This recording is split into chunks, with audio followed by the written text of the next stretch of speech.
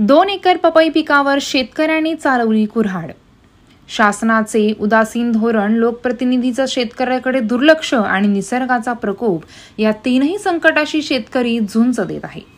सध्या तरी शेतकऱ्यांना प्रशासन आणि शासनाने वाऱ्यावर सोडल्याचे चित्र महागाव उमरखेड विधानसभा क्षेत्रात दिसत आहे।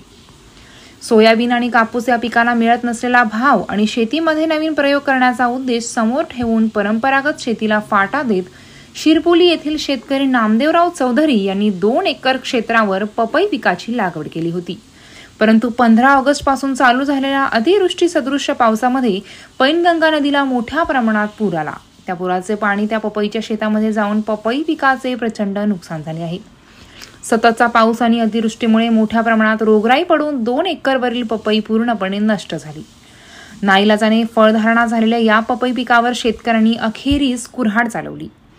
यामध्ये शेतकऱ्याचं प्रचंड नुकसान झालं आहे। अगोदरच अतिवृष्टी आणि महापूर, त्यानंतर रोगराईसारख्या या संकटांनी शेतकरी पूर्णपणे उद्ध्वस्त झालेला पाहायला मिळत आहे।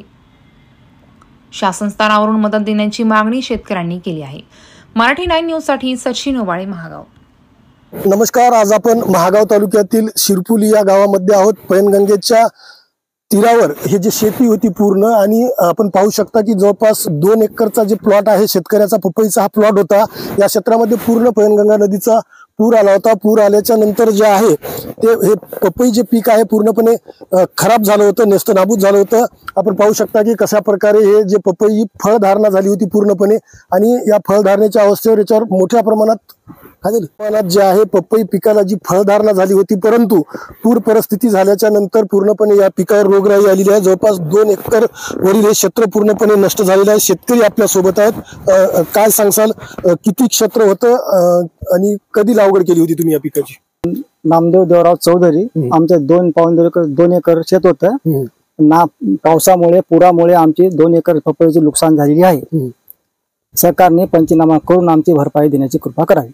नक्कीच आपण पाहू शकता की काढणीला आलेल्या पपईचं पीक अतिवृष्टी आणि महापुरामुळे पूर्णपणे उद्ध्वस्त झालेलं आहे, आणि काही जी झाडं शिल्लक आहेत ते सुद्धा आता थोड्या वेळात हे शेतकरी तोडून टाकणार आहेत। 2 ते पावणे 2 एकरावरील हे जे पपईचं पीक होतं ते पूर्णपणे उद्ध्वस्त झालेलं आहे। 16 ऑगस्ट पासून महाराष्ट्रातच पूर्णपणे जी आहे अतिवृष्टी झाली।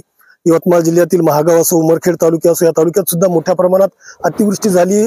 पैनगंगा नदीला महापूर आला। यामध्ये सोयाबीन, कापूस या पिकासह प्रचंड प्रमाणात शेती पिकाचं नुकसान झालेलं आहे। शासकीय स्तरावर काही ठिकाणी सर्वे झालेले आहेत आणि सर्वे चालू आहेत। शेतकऱ्याला प्रशासनाकडून चांगल्या मदतीची अपेक्षा आहे, आणि येणाऱ्या काळामध्ये शासनाने शेतकऱ्याच्या पाठीशी उभं राहून मदत देण्याची मागणी सुद्धा शेतकऱ्यांकडून होत आहे। मराठी 9 न्यूज साठी सचिन उबाळे, महागाव।